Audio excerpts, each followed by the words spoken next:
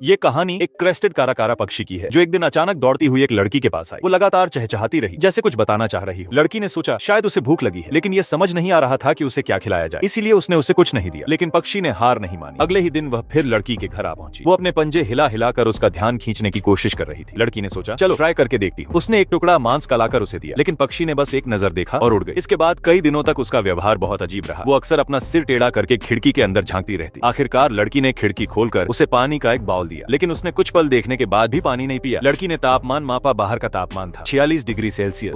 तभी तो उसे समझ आया कि शायद उसे ठंडा पानी चाहिए। लड़की ने तुरंत एक बर्फ वाला पानी रखा। उस पक्षी ने उसे बड़े आराम से और शांति के साथ पी लिया। पानी पीने के बाद लड़की ने उसे कई बार मांस के टुकड़े भी दिए। लेकिन क्रेस्टेड काराकारा पक्षी बहुत सभ्य थी। वो हमेशा खिड़की के पास शांति से खड़ी रहती, जैसे डर हो कि कहीं उसके नुकीले पंजों से लड़की को चोट न लग जाए। लड़की को अब चिंता होने लगी कि इतनी गर्मी में वो कैसे बचेगी, इसलिए कभी कभी वो उसे घर के अंदर भी ले आती। वो पक्षी अक्सर आवाजें निकालती जैसे अपनी चिंता जता रही हो, लेकिन लड़की उसे लंबे समय तक अंदर नहीं रख पाई, क्योंकि उसे डर था कि कहीं घर की बिल्ली उस नन्हे पक्षी को नुकसान न पहुंचा दे। शायद उस पक्षी को भी लड़की की चिंता समझ में आने लगी। अधिकतर समय वो सिर्फ खिड़की पर ही बैठी रहती। धीरे धीरे लड़की को भी इस समझदार पक्षी से लगाव हो गया। अब जब भी वो क्रेस्टेड काराकारा पक्षी आती, लड़की उसके लिए खाने का ढेर सारा इंतजाम करती और वो पक्षी भी बिल्कुल शर्म नहीं करती। एक के बाद एक टुकड़े खाती जाती। शुरुआत में वो बिल्ली से बहुत डरी हुई थी, हमेशा अपने पंख फैलाकर और आवाज निकालकर खुद को बचाने की कोशिश करती। लेकिन बिल्ली बहुत शांत स्वभाव की थी, वो हमेशा दोस्ती के लिए तैयार रहती। धीरे धीरे उस पक्षी का डर भी कम हो गया। अब वो खिड़की के आर पार आपस में खेलते रहते। अब उनका रिश्ता गहरा होता जा रहा था। लड़की भी इस खास दोस्त का बेसब्री से इंतजार करती। पक्षी को भी अब लड़की के हाथों से खाना मिलने की आदत हो गई थी। और सबसे चौंकाने वाली बात यह थी कि कुछ समय बाद वो अपने साथी को भी साथ ले आई। दोनों बेहद सभ्य थे। खिड़की खुली होने के बावजूद भी अंदर नहीं आए, हमेशा बाहर ही शांतिपूर्वक बैठे रहते। लड़की ने भी कई मांस के टुकड़े देकर उन्हें अपनापन और स्वागत का एहसास कराया। अब उन्हें लड़की की देखभाल मिल रही थी, इसलिए भीषण गर्मी में भी वे सुरक्षित और खुश थे। धीरे धीरे वे दोनों खिड़की को ही अपना घर मानने लगे। वही बैठकर आराम करते जैसे ये खिड़की उनकी दुनिया बन गई हो। अब उन्हें खाने पीने की टेंशन नहीं रही थी, तो वे एक दूसरे की परवाह में लगे रहते। लेकिन लड़की की परेशानी भी बढ़ने लगी। हर दिन उन्हें करीब 2 किलो मांस खिलाना पड़ता था। आखिरकार लड़की ने कोशिश की कि उन्हें कैट फूड खिला दे। शुरुआत में पक्षी ने उसे खा भी लिया, लेकिन धीरे धीरे वो भी महंगा और कम पड़ने लगा। फिर लड़की ने उन्हें फल और शाकाहारी चीजें देने की कोशिश की, लेकिन पक्षी ने साफ मना कर दिया। वो सिर हिलाकर जताने लगी कि मुझे वेज पसंद नहीं है। शायद उन्हें लड़की की मुश्किल समझ आ गई थी। एक दिन वे खिड़की पर बैठे जैसे आपस में कुछ डिस्कस कर रहे हो, और अगली सुबह वे एक मरी हुई चिड़िया की टांग लेकर आए। इससे भी ज्यादा हैरानी की बात यह थी कि अब हर दिन वे एक जंगली कबूतर लाकर देने लगे। कभी खिड़की पर छोटे छोटे पत्थर भी रख जाते, शायद ये उनके तोहफे थे। लड़की जब इन्हें प्यार से उठाती, उसके दिल में एक अजीब सी खुशी और अपनापन भर जाता। शायद उनके लिए अब लड़की कोई आम इंसान नहीं थी, बल्कि कोई ऐसी साथी थी जिसे अब उनकी भी जरूरत थी। वे पहाड़ों की हवा जैसे लगते थे, जैसे जंगल की ताजी हवा जो हर गर्म दिन में राहत देती है। उन्होंने बिना शब्दों के दिखा दिया, जब इंसान और प्रकृति एक दूसरे को समझने लगते हैं तो उस रिश्ते में एक सच्ची, नर्म और खूबसूरत भावना जन्म लेती है। The end.